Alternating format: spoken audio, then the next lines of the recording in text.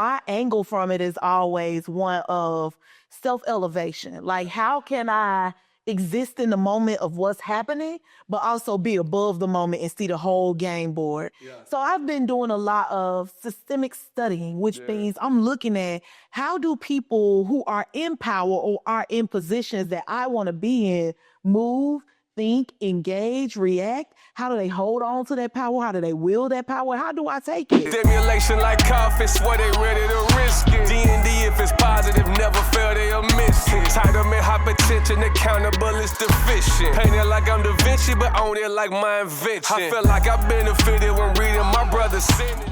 Welcome to another episode of One Goal Away, where we bring you real insights on business, tech, and fundamental growth. We're not another podcast. We your blueprint to success. It's your boy, Coach Q, and I got my guy. It's your boy, Joshua Monday, man. Listen, and we got the queen herself, like Miss, I would just say big leadership energy, big stepper energy, really bossed up in so many different ways, but she runs an amazing organization called the Equity Alliance, as well as just a major entrepreneur in our own right.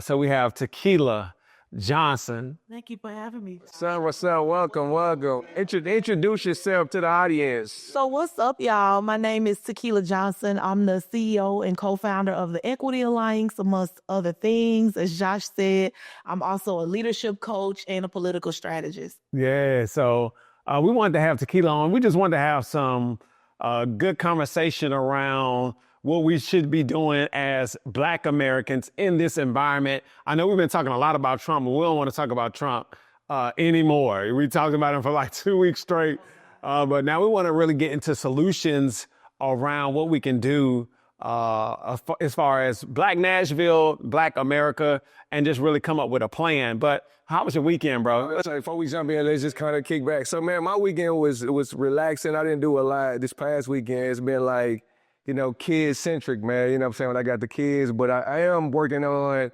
as you can see, my book, Switch the Algorithm. I know if you're not aware, I dropped a music project and a book at the same time. Go check out the music. Is on all the DSPs.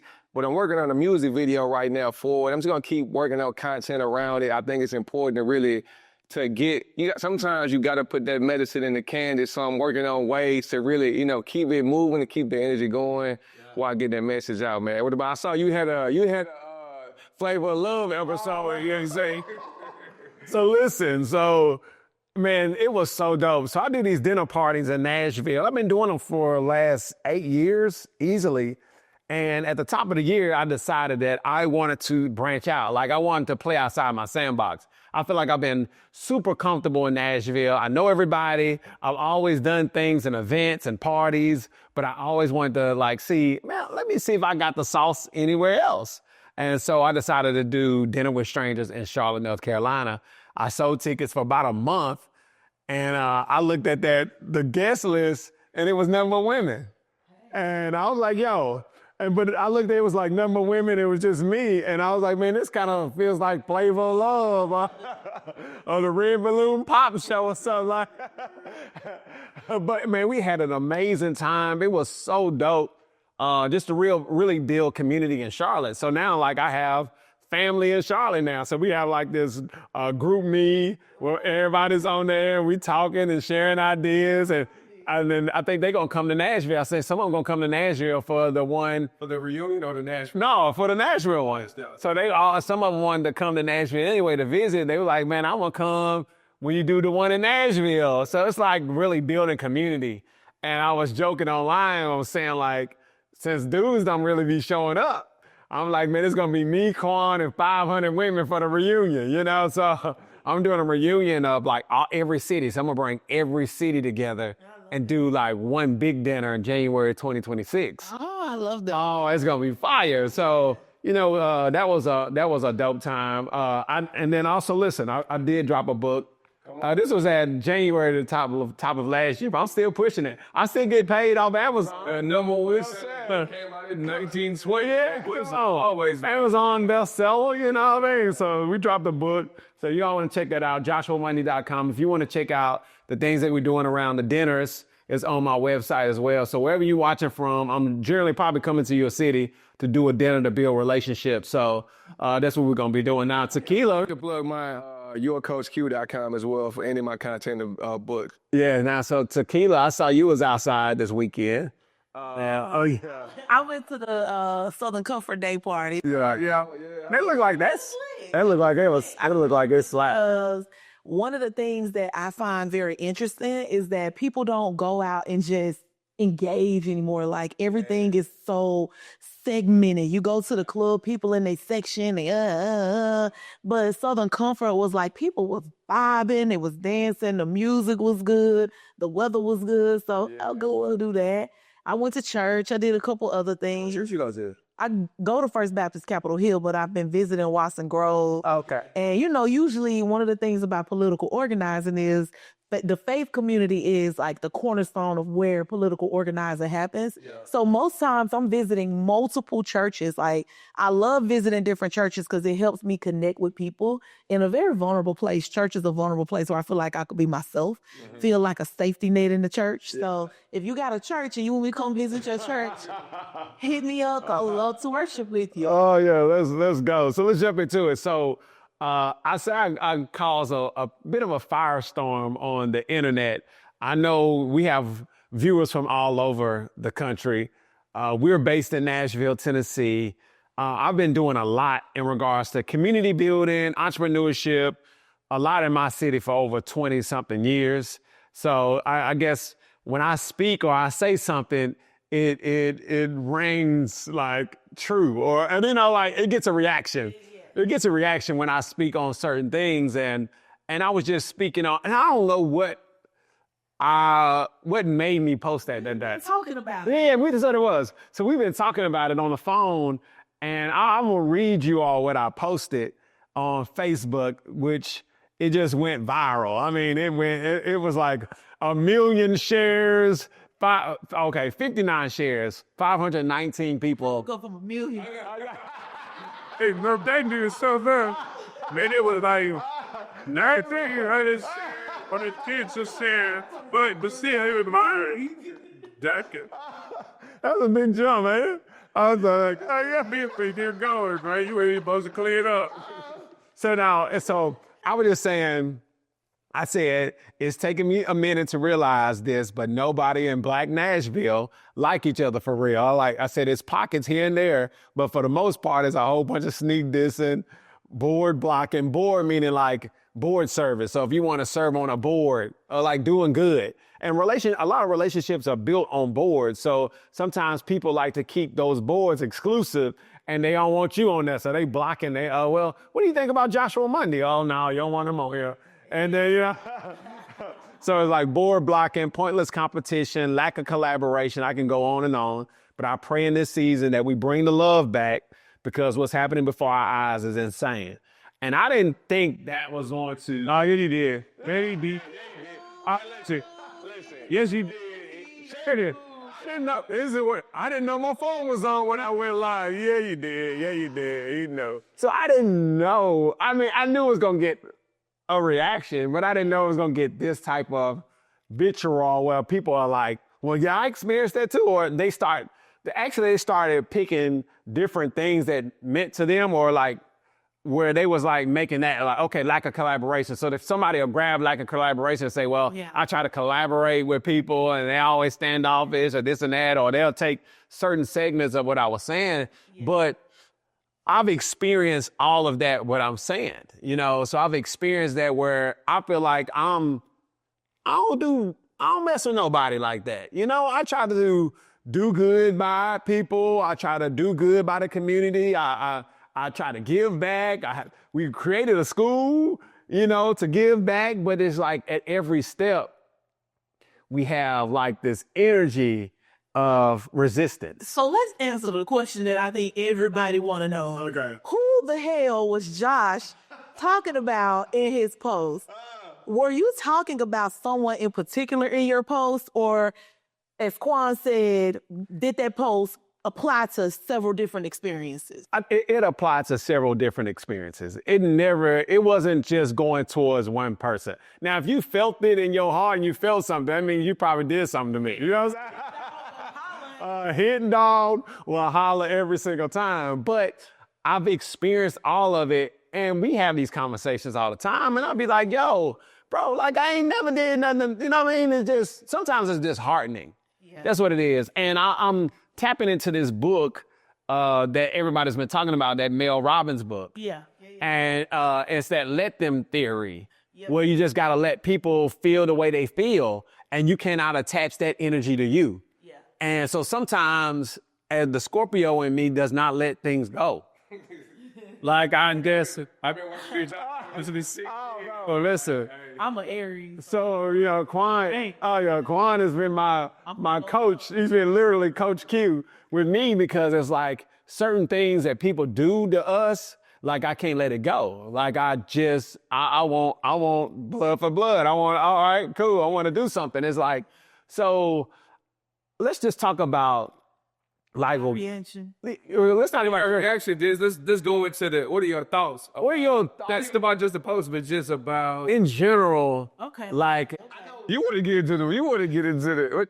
What you want to? I mean, I'm cool with either or. He brought up the post, and so I felt like, okay, even when we have this conversation, my angle from it is always one of self-elevation. Like, how can I exist in the moment of what's happening, but also be above the moment and see the whole game board. Yeah. So I've been doing a lot of systemic studying, which means I'm looking at how do people who are in power or are in positions that I want to be in move, think, engage, react. How do they hold on to that power? How do they wield that power? How do I take it? Yeah. And so I think for me, I've felt like that before, because I know instances where people have literally blocked me from things for several reasons. One, some of them were valid. Some of them felt like my personality, my brand at the time, the way I was presenting myself was not in alignment of what they felt was needed in that moment. Mm-hmm. And some people were just haters, you know what I'm saying? Yeah. Which is cool, because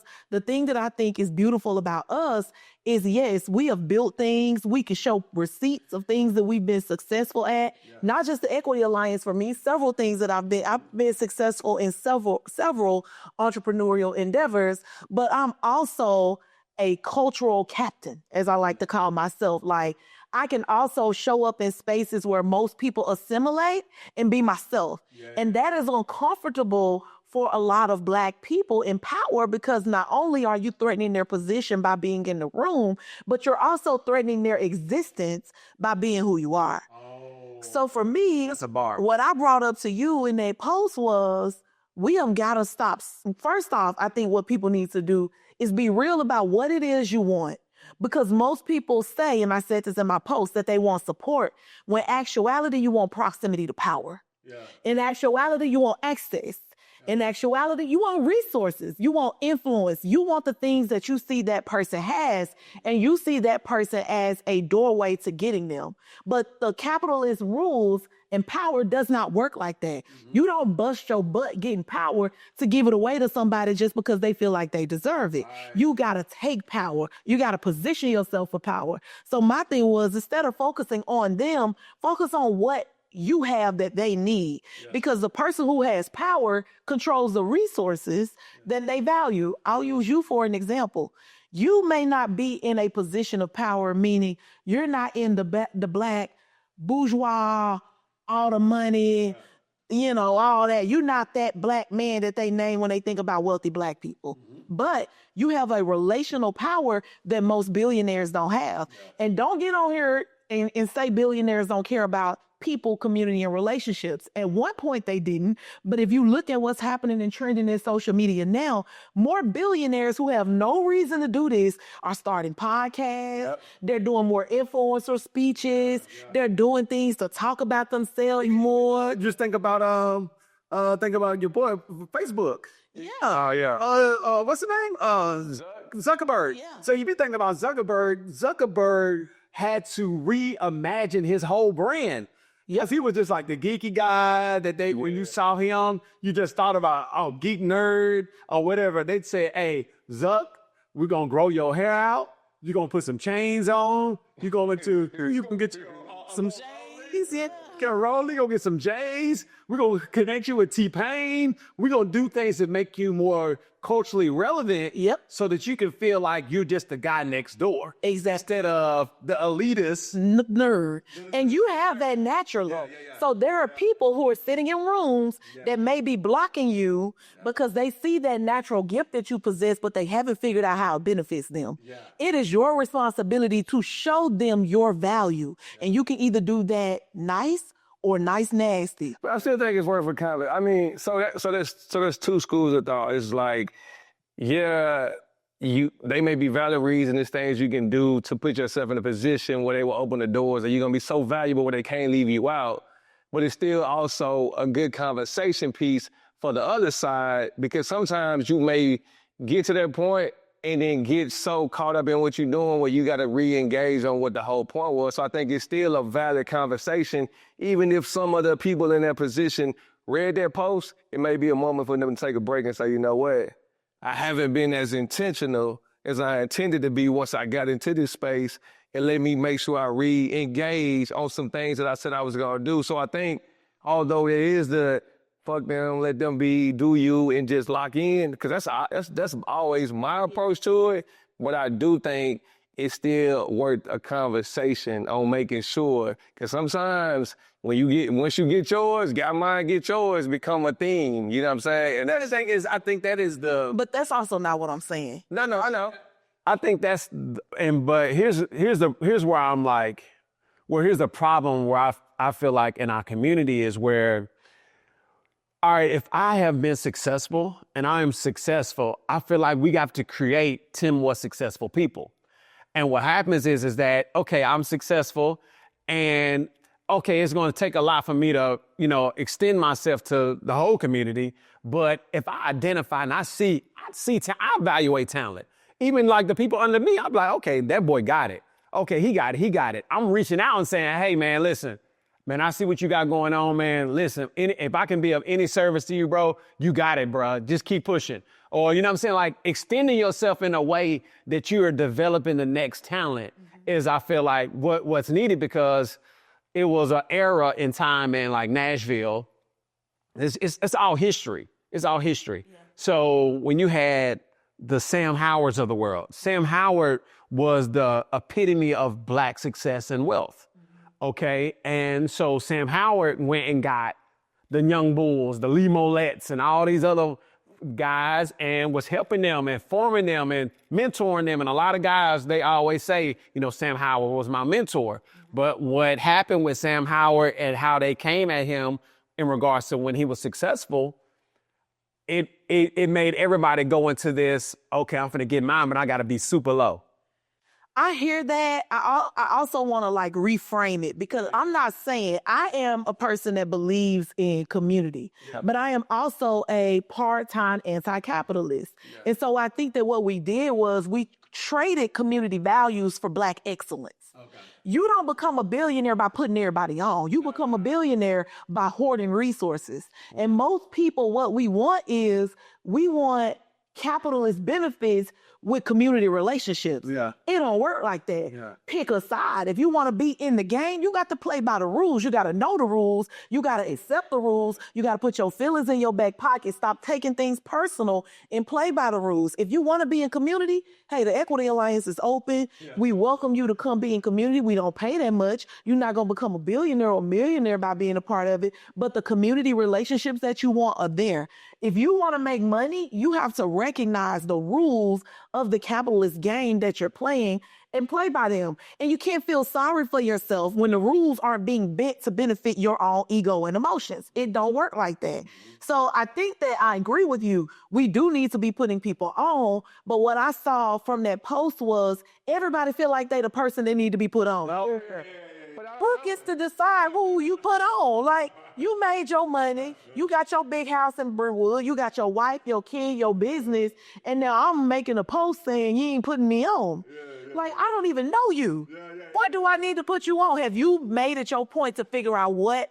First of all, I have to get any value to the table. Do you bring? But not even And we inflate our value all the time. Like, I think I'm super valuable, but someone else may feel like what I bring isn't that valuable. And if I want to get access to Josh, Josh don't owe me a damn thing. That's right. It's my responsibility to figure out, let me read Josh's book because I want to learn more about him and see what he values. And I'm going to strategically position myself to be of value to him so that the next time Josh got 5 people he putting on, I'm in that 5. But I think we got off track just a little bit. Let me tell you what. Okay, go ahead. Here's what we got off track. So we talking about I'm in position.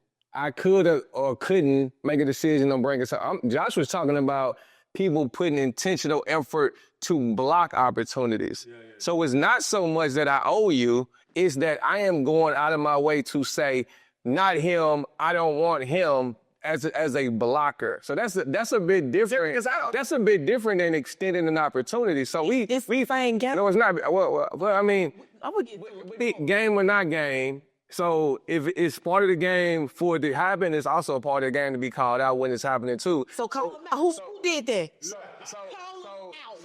So if we sit, I air people out. I air people out. That's if we sitting here, we got an opportunity, and you jump and say, "Don't get them that contract. I don't like them." That's different than saying, hey man, you gotta go, you gotta make yourself valuable in X, Y, and Z. That's somebody that sees you as a threat. Now, I'm not saying it's not a part of the game. It can be a part of the game, and at the same time, it needs to be a counter to that at the same time. So I think saying that this exists is not saying it's not the game and that you don't need to navigate the game. I think putting it out there, sometimes when people do things in the dark and they don't think this is being noticed or identified, they are a little more aggressive. When it's put in the atmosphere that I see it happening, I know it's taking place. I may or may not call your name directly. I just know what you're doing, and I'm navigating it, but don't think I don't see all things that's happening. Sometimes I think they need to be said too. Yeah, so that's what I generally do. So if something is impacting me directly, I'm going to let you know, and you know who you are, to say, I know that this is what you're doing. And you can't stop nothing, because we built a company from scratch, right? With no investors, no help, from blocking everybody blocking everybody, saying this. I was once taking all your money. I created tuition, and now, like, you go to TSU don't promise you nothing. All right, you go get that 4-year college degree. You don't graduate that thing and they got a job lined up for you and everything. No, we go out over and beyond. But then you take your opportunity to dog me out on the internet. Oh, they don't provide no job. Like, I done been through it all. So sometimes I have to let it be known that, hey, bro, like, you need to chill out. Like, hey, sis, you really need to chill out. Like, I know that you're doing these things. You think these conversations are staying within the walls, but they're calling me saying, hey, Josh, they bringing up your lifestyle in a business meeting. How you gonna talk about my personal life in a business meeting? You know what I'm saying? To block me. So that's what I'm saying. So all I'm saying is that post is not for, I never needed nobody to put me on. I just say, don't get in my way. You know what I'm saying? Don't get in the way in which, you see me moving. I ain't never had to kiss the ring. I never had to do any of that. I just moved the way I move. But don't be in there intentionally saying, hey, Matumbo and everything, right? I did this wrong. Get that out of here. You know what I'm saying? Get that out of here. So that's all I'm saying. That's what the whole kind of post was about. It was just like, let's just do things smarter as a community and work together and not work with different places. They did. The commenters took it to a different place. Okay, hear me out. I got an answer for y'all. Hold your chest or your balls, whichever one singles the first. Go. I'm just saying this. Is sometimes statements like this bring up a lot of cognitive dissonance with people because we believe in ourselves that we are one way, but sometimes our thoughts, our cognitions, and our actions and our behaviors don't reflect that. And I have been in a very uncomfortable place for the last 2 years because I am sitting with myself and really analyzing the structure of what it is I'm trying to accomplish and what is required of it, and questioning what parts of it am I willing to invest in. Does that make sense? Yeah. So I say this because I feel like we are all in the same position in life right now. And what I mean by that is, if we're climbing this ladder of success, we're in the middle of the ladder. We ain't high enough to grab the cheese, but we ain't low enough to where we ain't getting none of the cheese, right? So you got people at the top of the ladder kicking you in the head so you don't take their spot. You got people at the bottom of the level grabbing your ankles so you don't get high faster than them. And we just like, I'm just trying to climb. I'm just trying to climb. And what I have realized is most times we come into it with this narrative that you all had, thinking like, how do I stop people from blocking me? And we think about people blocking us and we immediately think about, we put our eyes on Dennis Rodman, right? Because we're like, we know Dennis Rodman coming to block my shot. But what we not focused on is the point guard. Okay, you might have black people, wealthy black people sitting at a table and they may be blocking you, but they blocking you from somebody. Who are they blocking you from? How do you position yourself for that person? Because you can't stop them from hating. That's their job. That's their job. I'm hosting audition. I've lost 12. I need at least 3 haters. I need at least 3 more haters before the summer. So if you don't have nobody to hate on, I am available and I am looking for haters because I like my sauce well seasoned. Come on. And I know you got plenty of salt to throw. So you can't block them from hating on you. They're going to use anything they can to keep you from getting to where you need to get to, because the other thing about power and influence that I don't think we have really identified because we haven't got a hold to it yet is that when you have it, you don't want to lose it. Yeah. They say get it by any means necessary, but the other part of that is keep it by any means necessary. You don't want to lose your position. The king don't want to get checkmate. I don't care who I got to sacrifice. Even if my queen got to go all the way down there, I'm not getting checkmate, right? So of course people are going to block you, but what we have to do as up and coming leaders is consistently be thinking 3, 4, 5 steps ahead of the game. Like, you know somebody grabbing your ankle. You know somebody kicking you in your head, but how do you still try to move around? All right, I see the foot coming, boom. let's navigate. You know? So that I don't think that don't make it fair. That don't make it fair. Right? But also, wealth and power is not governed by morality. If it was, it wouldn't exist. Yeah. But if that's the case, all right, now let me. You can't add morality into wealth and power because most people who have wealth have gotten it on the backs of somebody who it was a moral wrong, right? Most people who have power are stepping on people. So if we're going to play the game of power and wealth, and I'm seeing wealth and power and influence as the same thing, you got to take the moral conscience off because it don't exist. I agree. Now let's pivot. Let's pivot the conversation. Okay. That's here. So we talking mid-level people and we talking leaders, but let's get out of that because I feel like that's the root of the issue that Black America has with white America. So white America, the white folks that have the power, and the Black people that are asking them or have been waiting on trying to identify how we can get them to give it to us, make it fair, make it equitable, make it this. In their mindset works the same way but on steroids of the mind frame you just painted, which is they want to keep it. Which is like when I quoted that guy last week who said the reason he voted for Trump was not for the reason he say he did. It was honestly because he thought Trump is the person that can preserve white power, white dominance. That's why a lot of people support Trump. And white people are scared to lose their position because then they're going to have to fight to keep what they already have. And if you got it, you're not going to hand it over. There's never been a time when people had power and just gave it away. Hey, y'all, we want to make this fair. We want to make this right. It's always been taken. It's never been given. Well, Black people, we spend so much time talking about what's fair, what's not fair, and why they won't be fair, and they ain't ever going to be fair. They will give us the illusion of fairness. They will give us the illusion of we're trying, But then sometimes somebody like Trump come out and say, let's fuck the illusion. We gonna just say we don't care because we really don't care. And then we back to square one. And we fighting this moral game with people in the game where there is no morals. So how do we get our community to understand and lock in on it ain't gonna ever be fair. They don't care. They're not going to care. They're only gonna do what they have to do to preserve what they got. And they're not going to willingly ever, all right, you know what? I got 70, you got 30, let me give you 20, and now I got 50, you got 50, we here. They're not gonna do it. It's not gonna happen. No way we do it. So let's just take it to the Bible.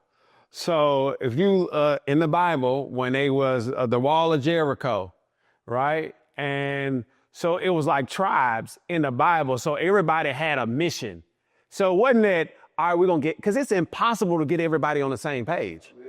Okay, it's impossible to, say, okay, man, this is the plan and everybody needs to follow this plan. No, everybody has a piece, a tool that they need to be utilizing to build what we're trying to build. But we got to have one centric destination. Like we have to have one centric plan. Okay, what is that plan for us in these next 4 years to do X, Y, and Z? What is that? Okay, we need to get right on education. Okay, all the education people, this is what we need to focus on. Okay, we need to get right on finance. Okay, this is what we need to focus on. All right, you handle insurance. All right, I got stocks. Okay, you do this or do you do that? And so at times we debate or fight the plan so much that we're just in a circle of not getting nothing done. So it's like, okay, Tequila, they're running the equity alliance. Oh no, I got my alliance. And but we know what, we're gonna step on your feet and we're gonna do the same thing you're doing. And that's why I was talking about like lack of collaboration from a standpoint of it's only about 30 of us. You know what I'm saying? So like we only 30% in matches. So like how many of a thing that we need to be doing, well, unless we can just work together and probably go get a bigger bag. Okay, we fighting over a couple $1,000. No, how can we create this bigger? And hey, I can make 5 and you can make 5. And that's what I was just in the mindset of not working against each other, but working together in a way that, no, we don't got to be business partners. You know what I'm saying? Like when the people that went out for you. Yeah, but you can look out for me. Like it's a standpoint of collaboration in a way that it's not that, okay, me and you may have different business values or how we build things, but the thing is I'm gonna support you. You rocking with me. I'm on this part of the wall, you on that part of the wall, and we working together and we not working against each other. Because one thing you can't deny is that other communities like each other or not eventually ultimately work for the collective effort of that community. Better than us. A little bit. I disagree. I think we are probably more communal than other communities. As someone who collaborates with other communities, I think the biggest issue that we have is one, we know we exist in a system that was designed to hurt us, right? But I don't think we properly evaluated the system to figure out how it even works. We're fighting the symptoms of the system. We're fighting policing. We're fighting this lack of collaboration we have. We're fighting lack of access to we're fighting the symptoms of a system that we know is working exactly the way it's supposed to work. Right. That are actually evaluating that system and saying what parts of the system can we manipulate for ourselves. So I think that's number one. Number two, I think we talk about things like liberation, revolution, power, access to capital, but the average person doesn't even know what those things mean. Yeah. And if you ask everybody in this room how you define power, we each have a different definition. So we're making assumptions about what each other want. And then I think the final thing is we're not building community, right? I said the system, I said the lack of collaborative understanding around what it is we want. And then we're not even building small community. Like, I love what you do with the mastermind dinners and we're going to start duplicating that in our own way, because what I recognized is it is going, and I've heard, so to answer your question, I've heard of a lot of different theories around how we begin to incorporate systemic change. There are all these isms. There's socialism. I even heard a guy, talk about like avoiding the system. He had a word for it. It'll come to me. Avoiding it and all, disengaging from it. Irrelevant to 19 Keys. No. But 19 Keys has his strategy around how do we like become our own producers. There are so many ideologies around how we do what we need to do, but most of them lack human engagement. We're not thinking about the psychological implications of building or engaging in the system in a different way and what that means. So what I think we need to do in this moment is start having small, intentional community relationship sessions where you can begin to start getting people to see the system for what it is and think about the things that y'all are saying in a different way. We have not done that as a community. We traded community for Black excellence. Oh, yeah. At one point when we didn't have freedom, all we had was each other. We was together. We was all living in the house together. You and all 35 of your cousins. Yeah. We just wanted to be free. We just wanted to get free. They let a few of us free. We created the Talented 10, and now it's all about excellence. And excellence comes from the root word of excelling, which means if the cream is rising to the top, where's the rest? It's at the bottom. It's at the bottom. So we traded community for Black excellence. I'm not saying I don't know what we need to do around that, but I do know that we have got to start back centering humanity and community into the conversation. And that's what I've been on. So like that was like heavy on my spirit at the top of the year. Is like, no, let me get back into like the communal space of bringing people together and having really intentional conversations over a meal and just really getting to know people and just getting back to that hand-to-hand combat because we're so caught up in the algorithm, switch the algorithm. We're so caught up in the algorithm that we lose touch with just that human connection. So it's just really important in this time that we even get to that.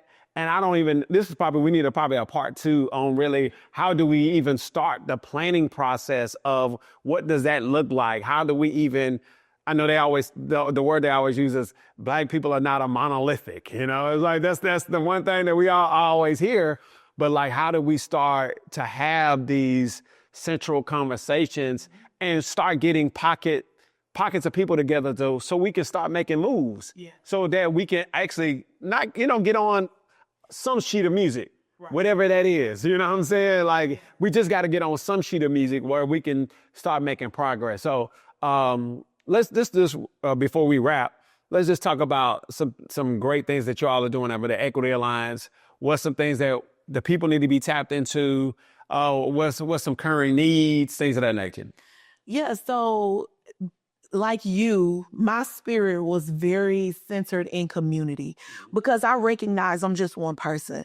So even if I wanted to, I couldn't put everybody on, but I can create environments where you can come and you maybe can put yourself on. Yeah. I can position people to have access without being the person giving you the access. Because one, that's too much power for one person to hold. But two, I believe in you taking initiative as like the first step of getting what you need. So a lot of our work this year is really rooted in community. So we are doing across the state, because now we are a statewide organization. We have fully staffed chapters in 4 different counties, Rutherford County, Nashville, Memphis, and Clarksville. So we will have our monthly Harambe House Happy Hour, which is a time to come, connect, meet people, but also it's centered for Nashville, it is the 28th. Follow the Equity Alliance on all social media platforms because these days are different depending on where you are. We also have a new concept that I'm launching this Thursday. It's an invite-only conversation-style dinner called Power and Plates, where we're going to center people around this idea of learning about power and self-defining what power means for you, because that's what I want for Black people. I want us to be self-defining, self-defining power, and figuring out how the people at that table can help you achieve your goals and position yourself in your own right? Yeah. So we'll be doing that. And then we have a bunch of other things going on. We'll have our Juneteenth celebration on June 14th. There are going to be so many different community opportunities to engage with us in. So I would say follow the Equity Alliance on all social media platforms. All right, cool, man. So, Fawn, any last thoughts or anything that you got going on? I just think this was a good conversation. I think, the root of what we're trying to accomplish has changed so much it is hard because we're not going in we don't know what direction we're going into. So I think that's why redefining what the objective and, you know, like the community thing. I mean, I think it starts like in the home and family, man. That's why I've been, you know, this year I've been spending so much time with family, my kid, because I think like community, when we had it, like you are in what did it say? As above, so below, as within, so without. So if you don't have like community in your home, and you're not rooted and centered in family, then you're not gonna be rooted and centered in community outside of your home neither. And you know, hell, we can barely get people together to have a Sunday dinner, let alone bringing 20, 30, or 100 people together. So I think like getting back to that, but I think that's been a part of the capitalistic goal is to get us more and more separated, and we are individually driven towards whatever goals that we want that don't benefit anybody around us. So I think like recentering that is important. I think it's a good conversation to have. I think whoever you are, I think really like looking in the mirror and at whatever road you're on, like making sure this is still the right route and making sure this is still something that matters to you and that, you know what you're trying to accomplish by what you're doing, and, you know, like letting that be the mission. Because like you said in one of your posts, you will eventually end up being like the people that you got issues with that have been blocking other people, just being, you know, end up in that same rat race. So, and also speaking of community, the One Goal Away community, that's one community that we're trying to continue to build. And it's all centered around being one goal away from changing your life. And that's not just financially, that's health-wise, that's value-based, whatever that is. Like lock into that one goal, that one thing that can really change the trajectory of what you got going on. If you haven't already subscribed, like, follow your Coach Q. I am Mr. Monday, Tequila Johnson, the Equity Alliance, Pivot Technology School. And I got one thing before we close this, man. Let's just bring the love back. You know what I'm saying? Let's just bring the love back. Like, it's really about us. We all we got at this moment, at this time. So let's stop working against each other. Let's work together. I got nothing but love for all of you. All of you. You know, I'll give you the shirt off my back if I can. But, you know, it's just bring the love back. You know, it's just a time that we need each other. And let's create some plans. It starts in your home first. It starts with you individually. If you don't have consistency and discipline in yourself, it ain't going to express in the community. So, you know, start with yourself, reflect on yourself, and it'll change the world. So, again, thank y'all so very much. It's One Goal Away. We out of here. Thank you for coming, Tequila. Let's get it.